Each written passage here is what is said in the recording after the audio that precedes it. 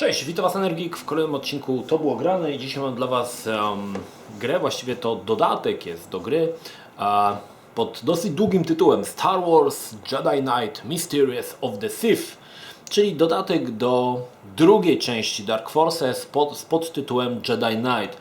Tutaj trochę autorzy LucasArts troszkę pomieszali z tym tytułem, bo tak naprawdę pierwsza część nazywała się Dark Forces, natomiast druga nie nazywała się Dark Forces 2 Jedi Knight, ale Jedi Knight 2 Dark Forces.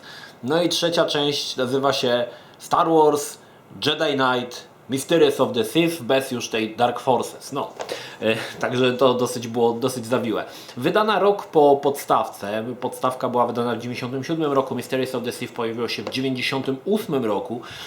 Sama gra Jedi Knight, podstawka osiągnęła spory sukces, dlatego zdecydowano się wydać dodatkowo, dzisiaj byśmy to nazywali DLC, ale w tamtych czasach nie mówiło się na to jako DLC, ale jako Expansion Pack, czyli takie rozszerzenie. Samo rozszerzenie było wydawane też w pudełku, przyszedł Pepper, też w pudełku tekturowym, w którym znajdowała się gra. Muszę go na górę sadzić, bo...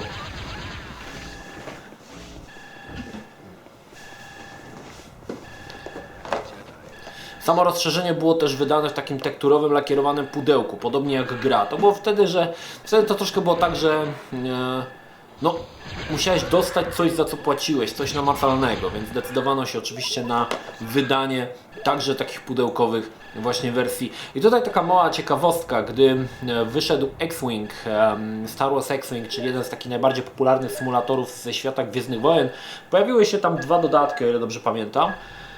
Balance of the Power i jeszcze coś tam. Chyba to było, nieważne. Pojawiły się dwa dodatki, nieważne jak one się nazywały. I jeden z tych dodatków nawet, który był wydany na jednej dyskietce, także był wydany właśnie w formie pudełkowej, że mogłeś sobie na szafce czy tam na półce gdzieś postawić. To było dosyć ciekawe. Oczywiście dzisiaj to trochę tak jakby dzisiaj patch czy też DLC, które ma, nie wiem, 5 mega, było wydawane w pudełku osobnym na przykład. Ale wtedy jakoś tak to było, że właśnie każdy dodatek, każdy expansion pack, który warto dodać, że te expansion packi często miały nawet tą samą długość co podstawka, także naprawdę to było sporo do grania, że tak powiem, właśnie wychodziły w takich lakierowanych pudełkach. Mysteries of the Sith dzieje się 5 lat po wydarzeniach z Jedi Knight Dark Forces.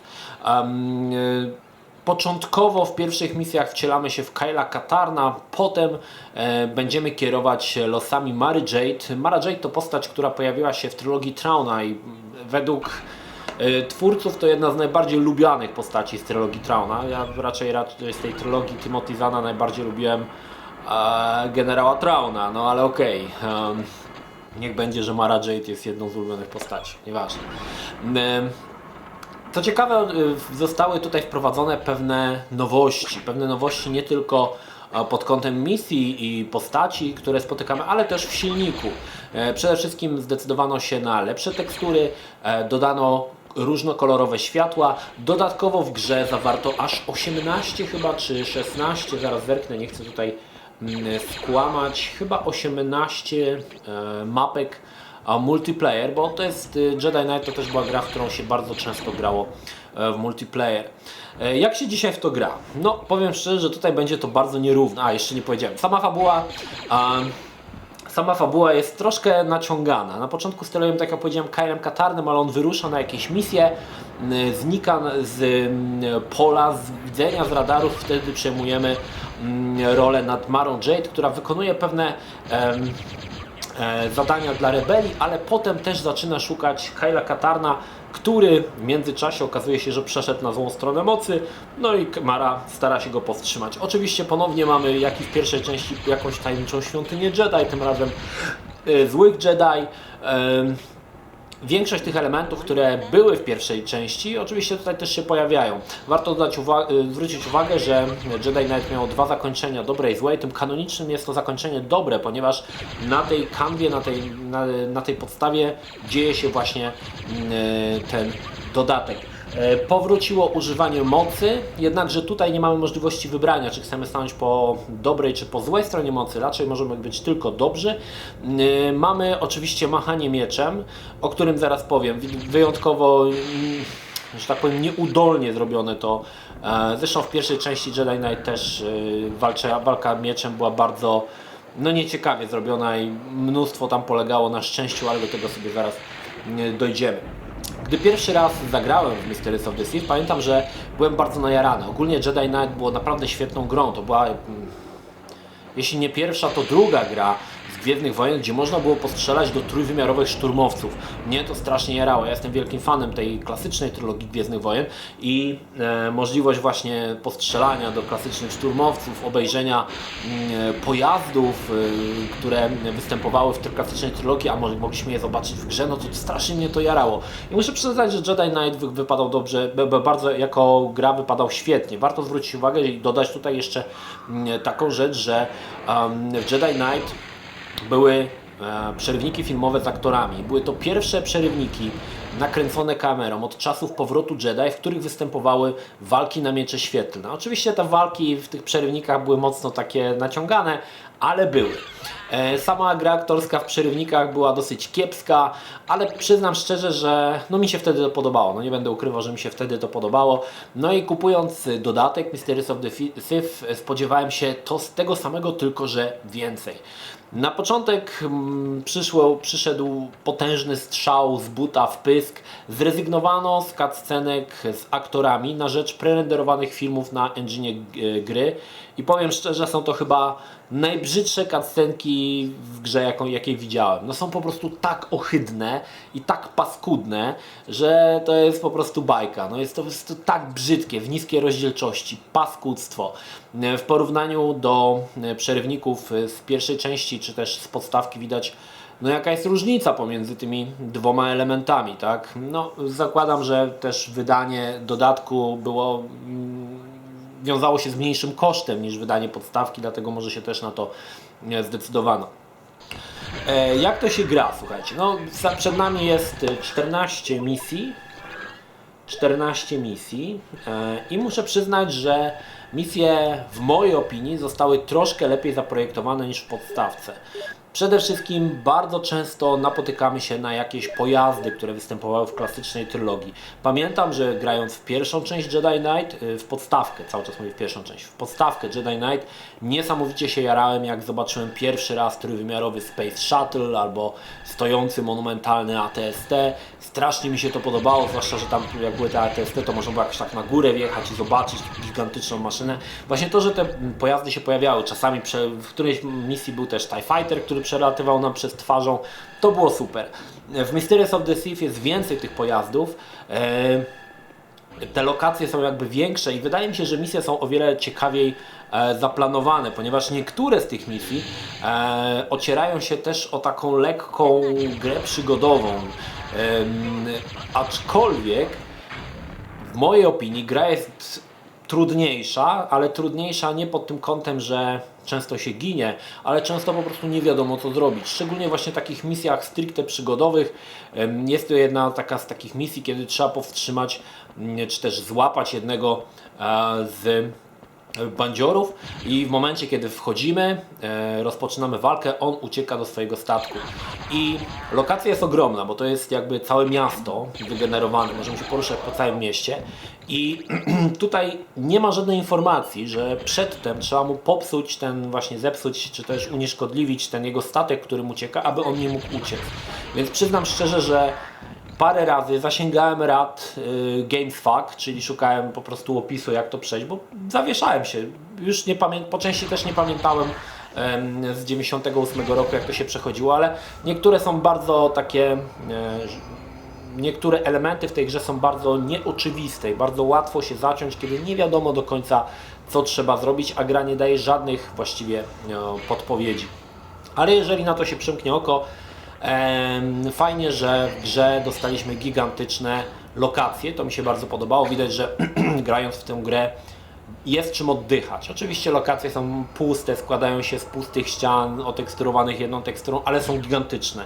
I to mi się też podobało, właśnie dlatego, że te monumentalne przestrzenie dają taki oddech. Pierwsza podstawka nie była taka powiedzmy monumentalna. Faktycznie Mysteries of the Sith pociągnęło to jakby o parę stopni wyżej. Co mi się jeszcze podoba? Podobało mi się to, że nie poszli twórcy na łatwiznę i nie wykorzystali już postaci, które były w podstawce. Stworzyli mnóstwo nowych postaci, które się pojawiają. Podobno, tutaj opieram się tylko na pudełku, poprawiono sztuczną inteligencję. I tutaj jest taka dosyć mała ciekawostka, bo ta sztuczna inteligencja polega na tym, że mamy mnóstwo razy spotykamy się z postaciami niezależnymi, które też na przykład mogą rozpocząć walkę ze szturmowcami, czy tam z jakimiś innymi przeciwnikami. I to jest fajne. Problem natomiast jest taki, że na początku, gdy zaczynamy grę i mamy atak na naszą bazę przypuszczony przez szturmowców, mamy paru tam NPC, tych naszych żołnierzy rebelianckich, którzy też rozpoczynają walkę. I okej, tylko że żaden z naszych sojuszników nie zdarzyło mu się, żeby zastrzelił jakiegoś szturmowca. Oni faktycznie w nich trafiają, ale ich nie zabijają. I tak ty musisz ich zabić. Oni jakby są, nie wiem, strzelają z kapiszonów, czy nie wiem z czego. No, w każdym razie oni nigdy nikogo nie zabiją, to są tacy pacyfiści, także ty musisz zawsze ten strzał wykończający w szturmowca wykonać. Także trochę to takie liche. Sama ta sztuczna inteligencja, no powiedzmy sobie szczerze, zdarzyło mi się w grze zrobić coś takiego, że bossa, jednego z bossów w grze, z którym miałem dosyć spore problemy, nie będę mówił kto, ale miałem z nim spore problemy, żeby go pokonać. Udało mi się go zwabić w wodę, gdzie on sobie po prostu popłynął pod wodę i umarł z powodu braku powietrza. Także zabiłem go sposobem, chociaż trzeba było z nim walczyć mieczem świetnym. Także ta osławiona sztuczna inteligencja, myślę, że jest tutaj mnóstwo, bardzo na wyrost pod tym kątem. No właśnie, miecze świetlne. W grze oczywiście zaimplementowano miecze świetlne, tak jak i w podstawce. I w podstawce walka mieczami świetlnymi była bardzo taka siermiężna. Właściwie to nie wiadomo było, co się dzieje, bo klikało się ten klawisz, on machał tym mieczem, ale nie było w tym żadnej taktyki, nie było bloku. Było to mocno przypadkowe, czy trafisz akurat mieczem, czy nie. I przez to walki z bossami były strasznie frustrujące. I tutaj niestety ten pomysł nie został usprawniony. Walk mieczami. Ponownie jest to strasznie siermiężne, takie przypadkowe, a dwa ostatnie poziomy, tu wam się przyznam, dwa ostatnie poziomy już są tak koszmarnie trudne, że musiałem przejść na kodach, a grałem na easy. Niestety w dwóch ostatnich poziomach, tutaj taki mini spoiler, nie można używać już blasterów, czyli pistoletów, a trzeba tylko i wyłącznie używać miecza świetlnego. No nie da rady, słuchajcie, wrogów jest tam tyle, że tracisz właściwie energię.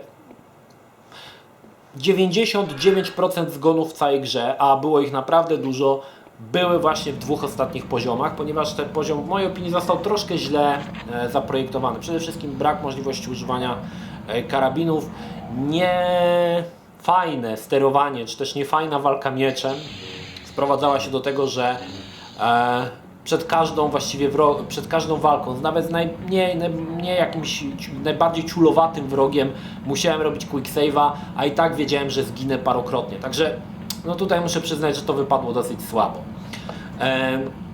Ale to tak jak mówię, dwa ostatnie poziomy.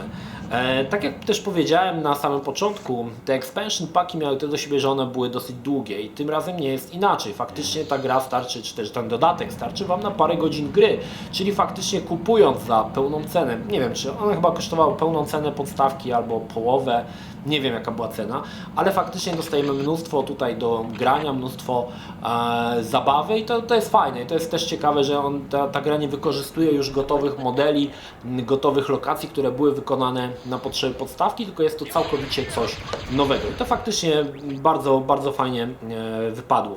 Oczywiście, tak jak powiedziałem wcześniej, mamy też możliwość wykorzystania mocy. Tutaj to się nie zmieniło w żaden sposób względem podstawki. Mamy te podstawowe moc tam na przykład przyciągania albo uleczania, albo rzucania mieczem i tak dalej, i tak dalej. Rzadko się z tego korzystałem, ja przynajmniej rzadko z tego korzystałem, głównie strzelałem z pistoletów, ale to też zależy od tego, kto jak woli grać, jaką woli oczywiście taktykę. Podsumowując, muszę przyznać, że grało mi się w to nieźle. Warto jeszcze wspomnieć, że mamy tu na przykład pojedynek z Rancorem jako jeden z bossów, ale ogólnie muszę przyznać, że grało mi się w to nieźle. Zabawa była przednia, grafika, no jak widzicie, trochę odrzuca, ale samo to, że wiecie, znowu wracasz na te stare śmieci do tej klasycznej trylogii, strzelasz do tych białych szturmowców, to jest naprawdę super. Szkoda, że wszystkie te gry, i Jedi Knight, i Shadow of the Empire, wszystkie te gry zostały już wyrzucone do kosza przez Disneya jako niekanoniczne. No i cóż, można potraktować je jedynie jako rzeczywistość alternatywną, czy też świat alternatywny. Szkoda, bo faktycznie Jedi Knight fajnie się wpisywał w całą mitologię Gwiezdnych Wojen i samo to nawiązanie, na przykład, że tu pojawia się na przykład Mara Jade, która była z książkowej trylogii Timothy Zahna, tak, z growym Kylem Katarnem, no to wszystko jakoś, słuchajcie, ze sobą współgrało, tworzyło taki jeden duży, spójny ekosystem. Nie wiem, dlaczego Disneyowi to tak strasznie przeszkadzało. Znaczy ja z jednej strony, tutaj może taką małą dygresję, z jednej strony rozumiem, że uniwersum się rozszerzyło do takich rozmiarów, że już trudno było to komukolwiek ogarnąć i błędy logiczne, które musiały występować, były prawdopodobnie tak ogromne, że Disney zdecydował, że jednak wykasuje to wszystko, bo teraz tworzyć na przykład nowy film, tak, epizod 7 z założeniem, że zna się wszystkie książki, gry, wszystko co powstało na kanwie Gwiezdnych Wojen i ma licencję Lucasa i zrobić ten film tak, aby on nie naruszał tych innych elementów, które już powstały wcześniej. To jest niemożliwe, bo to jest po prostu nierealne i prawdopodobnie dlatego Disney zdecydował się skasować, wywalić wszystko i mieć czystą kartę, zrobić film taki jak chce, z taką fabułą jak chce i nie martwić się, że tam że jednak to nie mogło tak być, bo musiało być inaczej. No podejrzewam, że tak to było. Dobra, zobaczmy co jest w środku. W pudełku znajdziemy oczywiście kartę rejestracyjną, która znajdowała się w każdym pudełku. Instrukcję i to jest też fajne, że instrukcja jest dosyć, znaczy może nie jest gruba, ale w pierwszej części Dark Forces Jedi Knight też pamiętacie, że była właśnie taka bardziej pozioma. Instrukcja niestety nie jest kolorowa, ale dowiemy się wszystkich podstawowych elementów, czyli jakie mamy uzbrojenie. Zobaczmy co my tu jeszcze mamy. Dowiemy się o wszystkich postaciach, które występują w grze. O statkach, to jest właśnie, to jeszcze nie wspomniałem, właśnie to mi się podobało też w Mysteries of the Sith, że było mnóstwo pojazdów, które znałem z serialu i mogłem zobaczyć w grze. To mi się bardzo podobało. To właśnie te pojazdy to chyba najbardziej mnie jarały w tym Dark Force, że można było je trójwymiarowe zobaczyć. Oczywiście mówimy to na czasy 98 roku, bo dzisiaj to już nie robi takiego wrażenia. Dzisiaj taki Battlefroncie jeden z pojazdów ma więcej poligonów niż wszystko w całej grze zbudowane, także to oczywiście jest zupełnie inne czasy, ale wtedy żeśmy się tym naprawdę jarali. No i oczywiście płytka. Gra została wydana na jednej płycie i warto wspomnieć, że wymagała podstawki. Niestety bez podstawki nie dało się tej gry zainstalować, także warto wspomnieć, że jeżeli chciałeś zagrać, no to musiałeś mieć tą podstawkę. A jeżeli kupiłeś sobie samą grę, no to mogłeś sobie co najwyżej pooglądać instrukcję. Słuchajcie, jak się w to dzisiaj gra? Ja muszę przyznać, że grało mi się w to naprawdę nieźle. Sprawiło mi to masę radochy i masę zabawy. Faktycznie gra wprowadzała parę elementów, które wyszło jej na dobrze. Przede wszystkim te monumentalne poziomy, troszkę usprawniona grafika, chociaż dla dzisiejszych graczy będzie to raczej niezauważalne. Te misje przygodowe, które wprowadzały też taką nową mechanikę, no ale na minus zdecydowanie trzeba zaliczyć 2 ostatnie poziomy, gdzie walczy się tylko mieczem. W ogóle walka mieczem to jest totalna żenada. Słaba sztuczna inteligencja i to jest ciekawe, jeżeli to jest usprawniona inteligencja, to jak ta inteligencja wyglądała w podstawce? Ja już tam nie pamiętam za dobrze, ale jeżeli tak tutaj już jest ulepszona inteligencja, to aż strach myśleć, co było w poprzedniej, co było w podstawce. No, ale jeżeli na to się no i ohydne, paskudne przerywniki filmowe. No, czegoś takiego to już dawno nie widziałem. Tak paskudnych przerywników filmowych. Jeżeli się przymknie na to oko, dostaniecie fajną grę w uniwersum Gwiezdnych Wojen, która łączy ze sobą growego Kyla Katarna i znaną z trylogii Timothy Zahna Marę Jade. Także myślę, że całkiem udany tytuł. No, chyba w ogóle jeszcze Wam powiem, że na Gogu kupując tą grę od razu dostajecie w paku podstawkę i chyba dodatek tam za jakieś grosze, także dostajecie od razu jakby komplet. No, także ja ogólnie bawiłem się całkiem nieźle. No, nie mogę powiedzieć, że do samego końca, bo 2 ostatnie poziomy to mnie po prostu już myślałem, że tu, bo grałem bardzo długo, próbowałem przejść to na zwykłym, bez nieśmiertelności, ale no nie dałem rady. No, to tyle. Pozdrawiam Was, Energik, trzymajcie się, do następnego. Cześć.